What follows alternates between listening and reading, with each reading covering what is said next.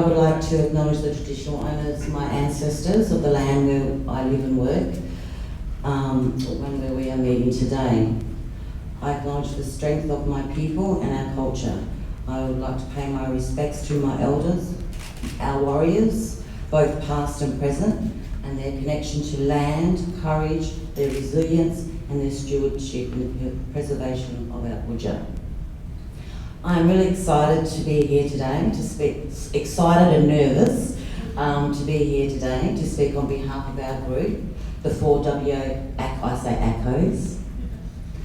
I had a conversation with Jasmine, is it same? So yeah. Which are all managed by amazing, may I might add, women, including myself. I'd like to acknowledge,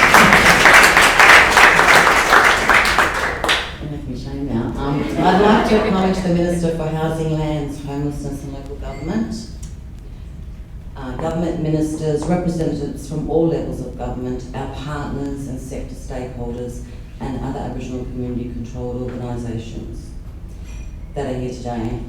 My amazing staff at Noongar and our directors, Jasmine, Nathan and Laurel Sellers, Jasmine Caddick and Nathan Cole, who are here today.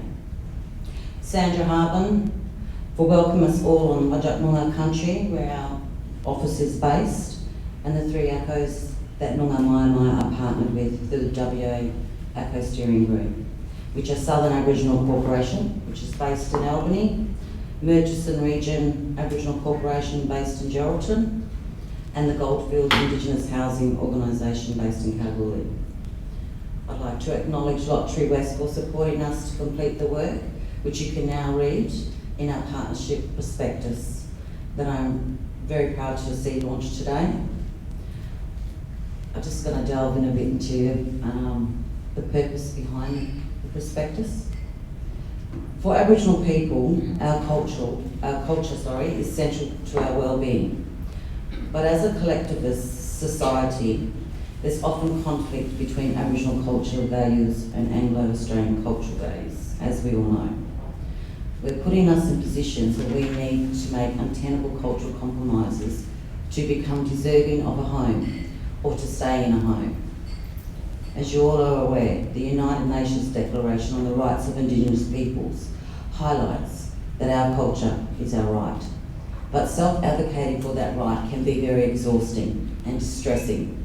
And so explaining our culture, our cultural needs to workers and organisation is exhausting. Programs are often designed by others for us without actively listening or even asking, what is it we need? And even though the Australian government has recognised for decades that self-determination is key to closing the gap, more needs to be done to resource Aboriginal organisations to make it happen. Aboriginal people have suffered enough from chief protectors. What we need now is allies to walk alongside us in our journey. Real reconciliation is often put in the too hard basket, but our communities have the solutions. We just need to be listened to and given the support to drive change.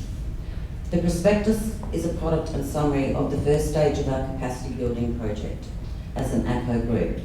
On the foundation built by this first stage of the project, the ACHOs and Shelter WA successfully applied for support from the Sisters of St John of God, absolutely love St John of God, to continue capacity building work into its second stage. I'm blind, so it's not like the words are big. The second stage of the capacity building project commenced in 2022, and with the ACHOs working on improvements in compliance across asset management and all areas of our business operations. In late 22, Shelter WA appointed a project coordinator role, supported by the sisters to assist the ACHOs to complete the work required to achieve registration as a community housing organisation in compliance with the WA regulation framework, which is obviously fit. Correct?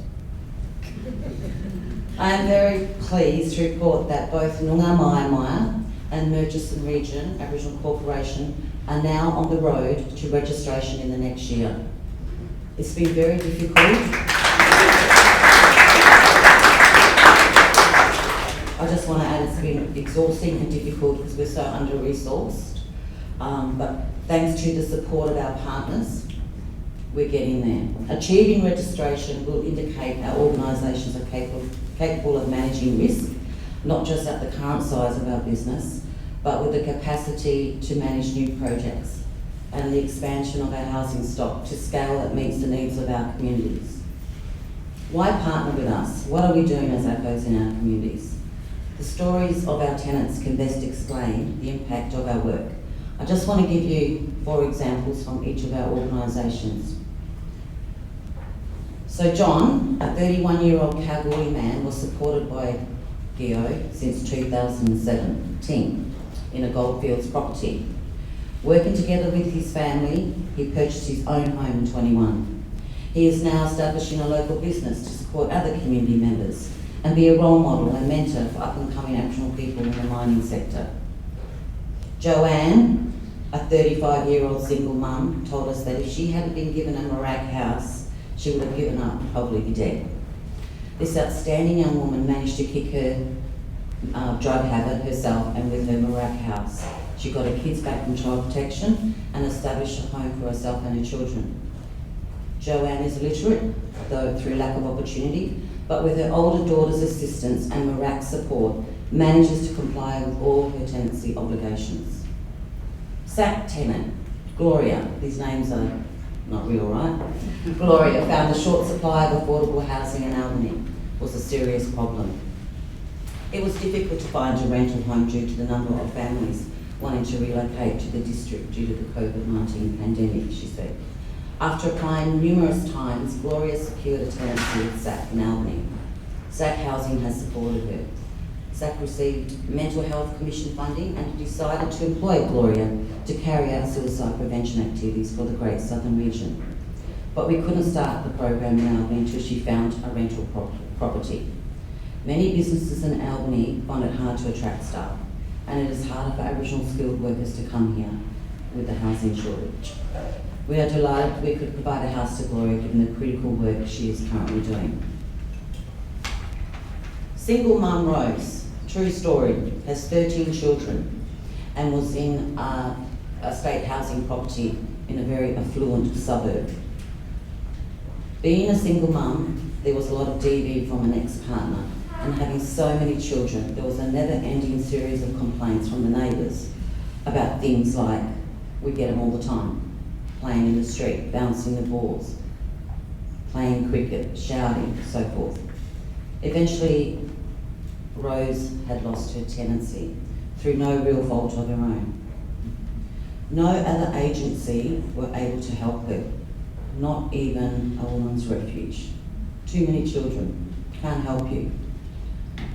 So due to this, she has had to split up all her children, and she sent the older ones to live with relatives, uncles and aunties. Her 11-year-old was amongst the kids she had to separate from. She was also blacklisted. In September 2022, she was basically that she had no alternative but to board and couch surf for the next 5 years. In September 2022, Noongar took her on in the Muditch Maya program, appealed the blacklist, and she was accepted back on priority housing. This made her feel like a somebody again and has given her renewed hope and confidence for the future. Noongar had a vacancy. I don't know, all the stars were aligned, and we offered this property to her.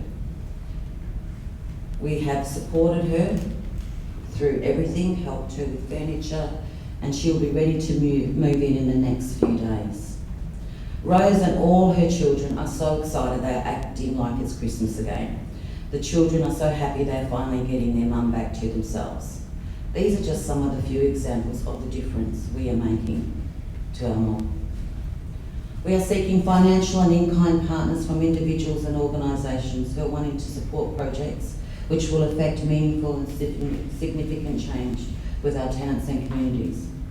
In partnering with us, you can contribute to our growth, sustainability, and the ability to provide individualised, place-based, affordable and stable homes. for Aboriginal people. Thank you to those that have partnered with us and for making this work possible, and I invite new partners to join us so we can do so much more. Our communities need it. Thank you very much.